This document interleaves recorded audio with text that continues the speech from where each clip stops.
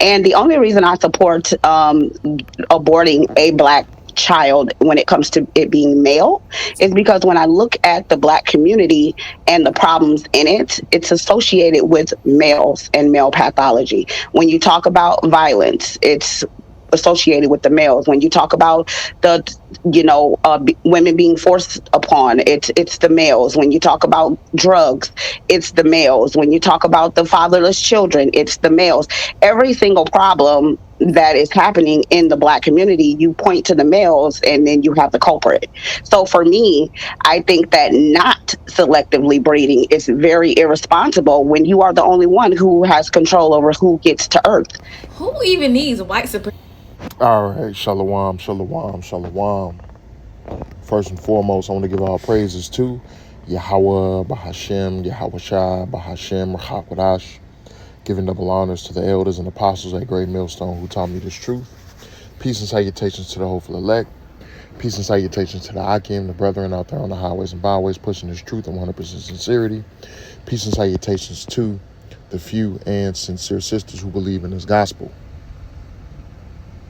All right, so you saw the beginning clip in that video where it was a panel of nigga women, basically, a panel of N-dubs, and one of them, and you got that girl Cynthia G on there. If you know who she is, then yeah, you know. But basically, they were on there talking about how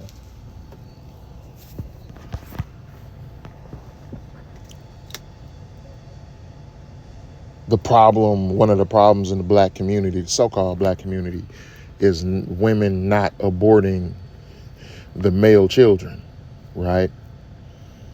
And because all of the problems in the so-called black community stem from the men, stem from the things that men do and things that, men are, I guess, bringing upon the community, right? Which, okay,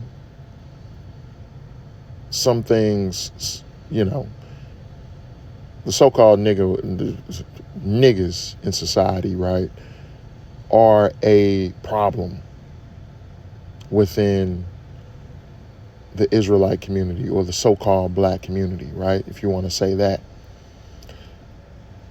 You still have to realize who raised these motherfuckers, though. Women still play a part in that.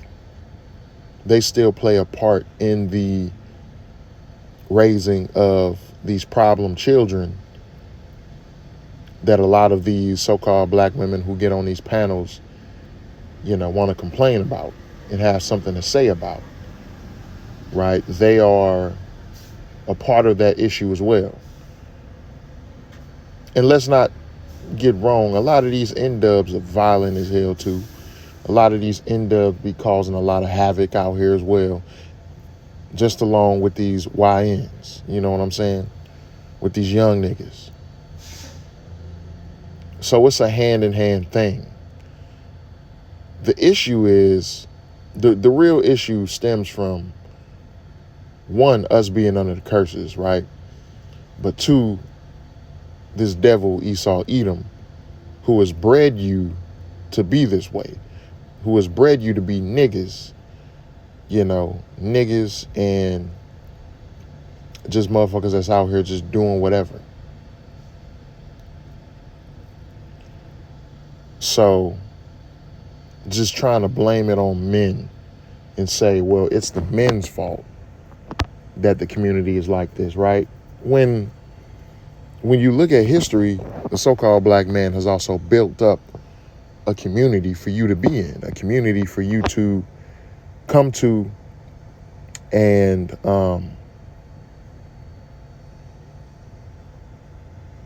have your own, where we were self-sufficient.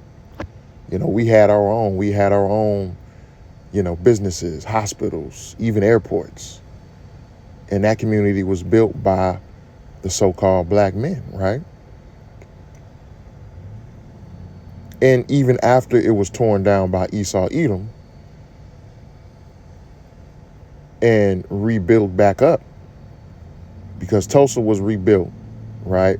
When you look into the history of it, Tulsa was so-called Black Wall Street was rebuilt. But what happened? You got civil rights, right? That was one thing. And then two, you had public housing where benefits and incentives were given to the so-called black woman to leave the community and to take on the crumbs of these Edomites, take on the crumbs of Esau. But then that didn't turn out how they thought it was going to turn out. They thought it was going to be a lot better than it was, but then it ended up turning into what we see now, right? So you can't just say that the so-called black man is the cause and problem for everything without taking into account the part and the role that you played in this too, right? It's the book of Micah chapter 7 and verse 9, and it reads, I will bear the indignation of the Lord because I have sinned against him until he plead my cause and execute judgment for me. He will bring me forth to the light, and I shall behold his righteousness, right? So we have to bear the indignation of the Lord. What is a part of the indignation that we have here, right? Our women ain't right. And why do we have why are we bearing the indignation of the Lord? Because we went off, right? We went off, decided to worship other gods in our past lives, back in the land of Israel. We decided to go off and do all of these things and turn away from Yahweh Bashem, Yahweh Shai. So now we're serving our punishment over here. And over here, you know, these women ain't right. These women are, you know, it's crazy, right? But, you know, we don't have full peace, and we don't have, like, it's a lot of impurities and a lot of things that we got to deal with as men over here, especially when it comes to our women, right? This devil has turned, you know, a lot of our women into enemies, right? Women who deliberately, you know, go out of their way to do something that's going to aid and forward Edomite supremacy, right? But be a detriment to her own people.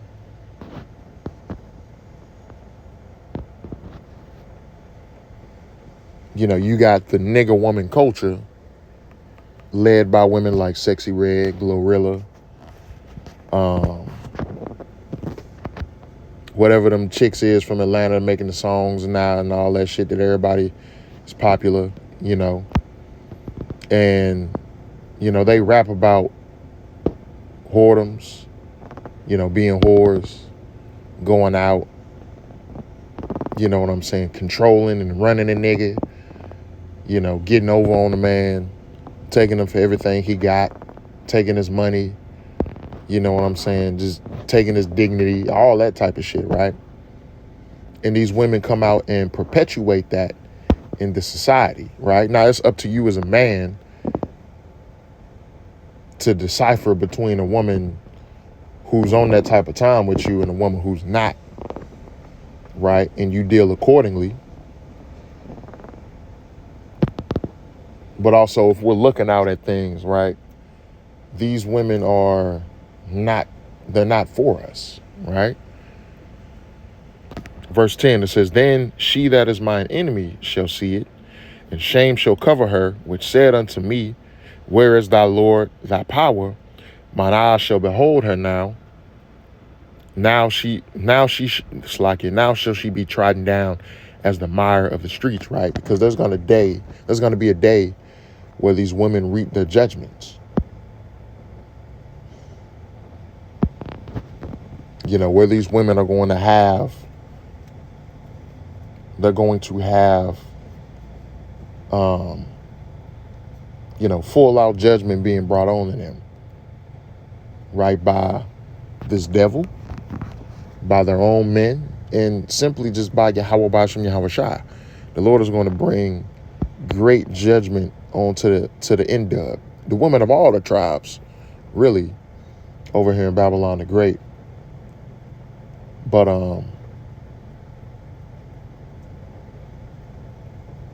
the Lord is going to bring, great wrath upon these women, right?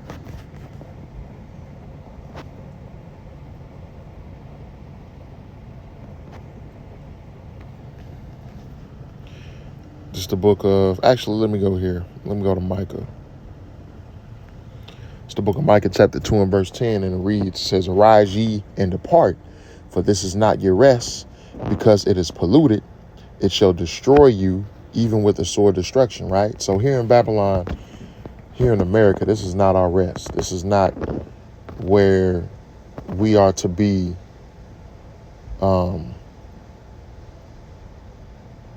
seeking our refuge at, right? We're not to be seeking our own kingdom here in this wicked kingdom, which is not run by us. It's run by Esau Edom. It's run by the so-called white man. It's run by this devil who perpetuates wickedness and encourages things like these nigger women are out here doing, who encourages things like this woman just said on this panel of the video clip we just watched. So this is not our rest. This is just a bitter, which America means, the word America means bitter, right? This is just a bitter captivity that we have to endure for the time being until Yahweh Bashem Yahweh Shai brings judgment upon this place, but also delivers the righteous, delivers the elect of the nation of Israel, right?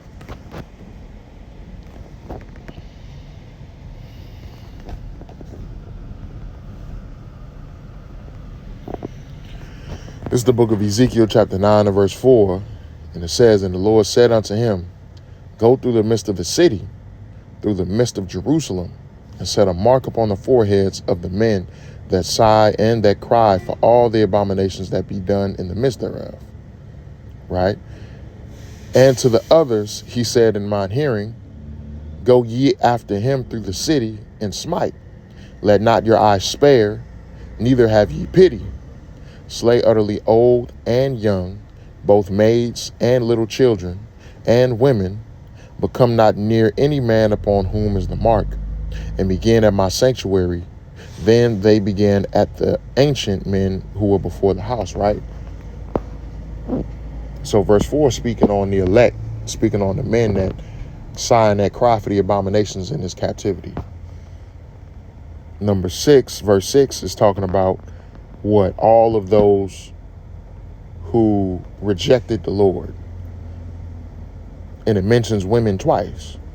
Maids is going into women, right? But it doesn't matter if you're old, young, a child. And again, it mentions women twice, because the women, especially of our nation, have turned up their noses not just to the men, but to the Lord, right?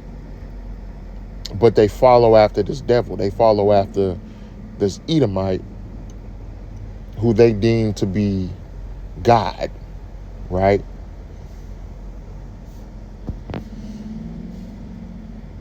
They deem them to be God, the Most High, Almighty, which is why they worship white Jesus, which is why when you say that who the world ignorantly calls Jesus is a so-called black man, a lot of them want to buck up against that, which is why you see these N-dubs following after vocab. You know, they got all type of hostile energy towards Hebrew Israelites, men out there preaching the gospel, but then go around these people of the world all docile and you know what I'm saying, soft and trying to be understanding and, you know what I'm saying, trying to plead with them and all this other shit, right? They've become enemies of our nation. And the Lord is going to judge them for that. The Lord is going to bring upon them great judgment for their deeds, for their works, right? As the scriptures say, in Ecclesiastes chapter 12, it says, every man shall be judged according to his works. It says that in a few scriptures throughout the Bible. Ecclesiastes 12 is just the first one that I thought of. But, every man shall be judged according to his works. That goes for women too. All women are going to be judged according to their works as well. Just because you pretty, just because, you know what I'm saying, you got a pretty face, a nice body and all of that, and you can play the damsel in distress role, that don't mean that the Lord is going to have favor with you.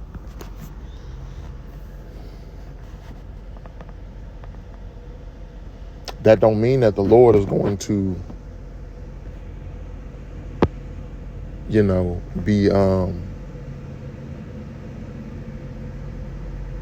be merciful towards you. If you haven't worshiped the Lord in truth and sincerity, and then reverenced and respected your men, primarily first starting with your husband, the Lord ain't got to have mercy on you just because you're a woman. You look throughout the scriptures, there's been plenty of women who have been judged for their works. But then you have righteous women like Susanna in the Apocrypha, or Shoshana, right? You have righteous women who the Lord, came through for in deliverance out of their hardships, right?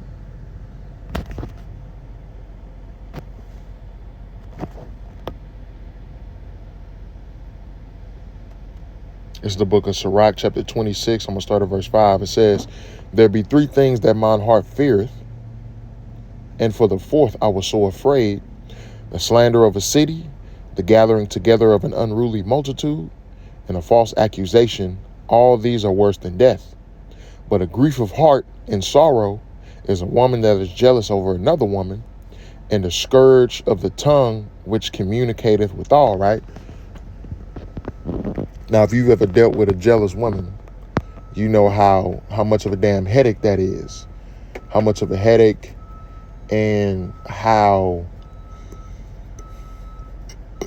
it's hard to deal with a woman that's jealous over another woman. You know how much of a damn headache that is. How much of a headache, and how, it's hard to deal with a woman that's jealous over other women, right?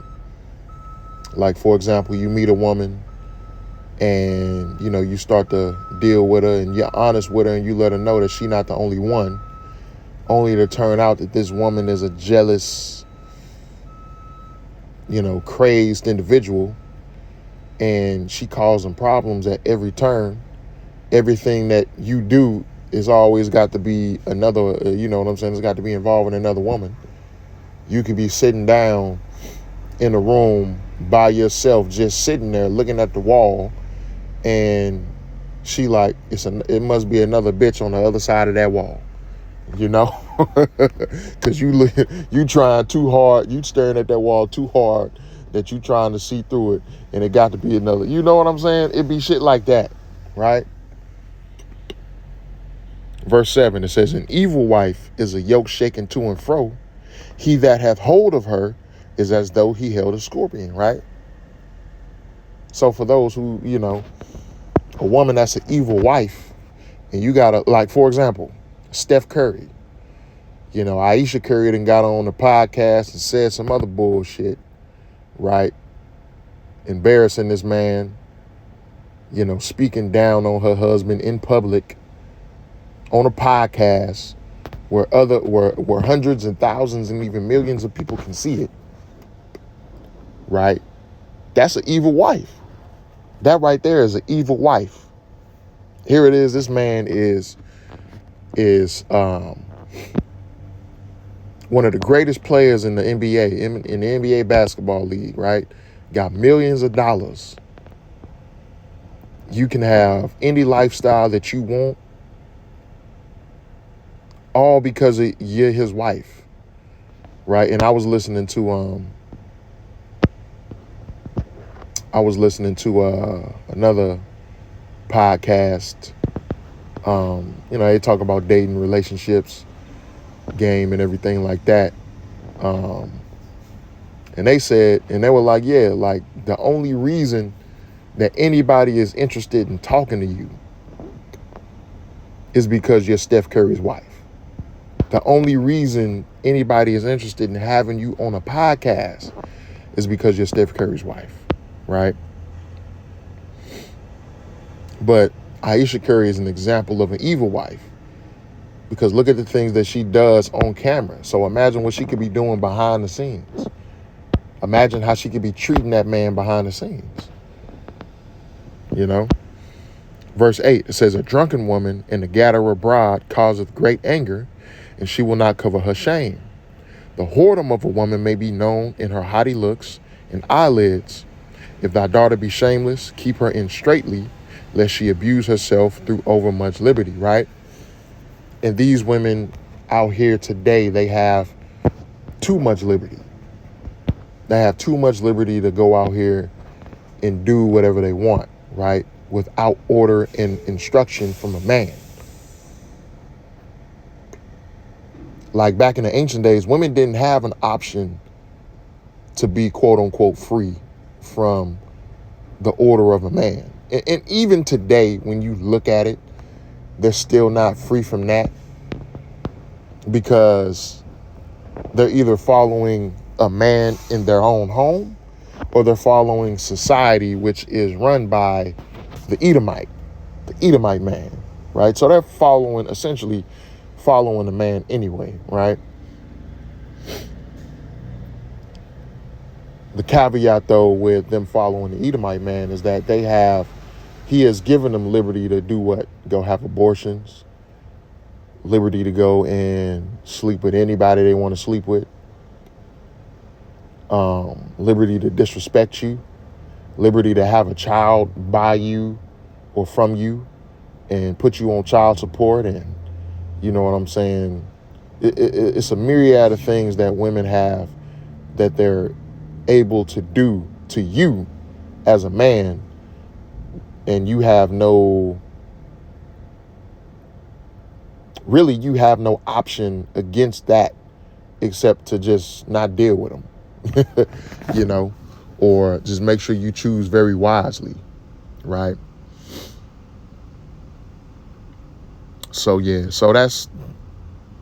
that's what it is in this society. These women have very much liberty, and they can go on these little shows and panels and shit and say things like that woman just said. So yeah, man, Lord willing, this video lesson was edifying, giving all praises to Yahweh, Bahashem, Yahweh Shai, Bahashem, Rachakadash. And until next time, Shalom.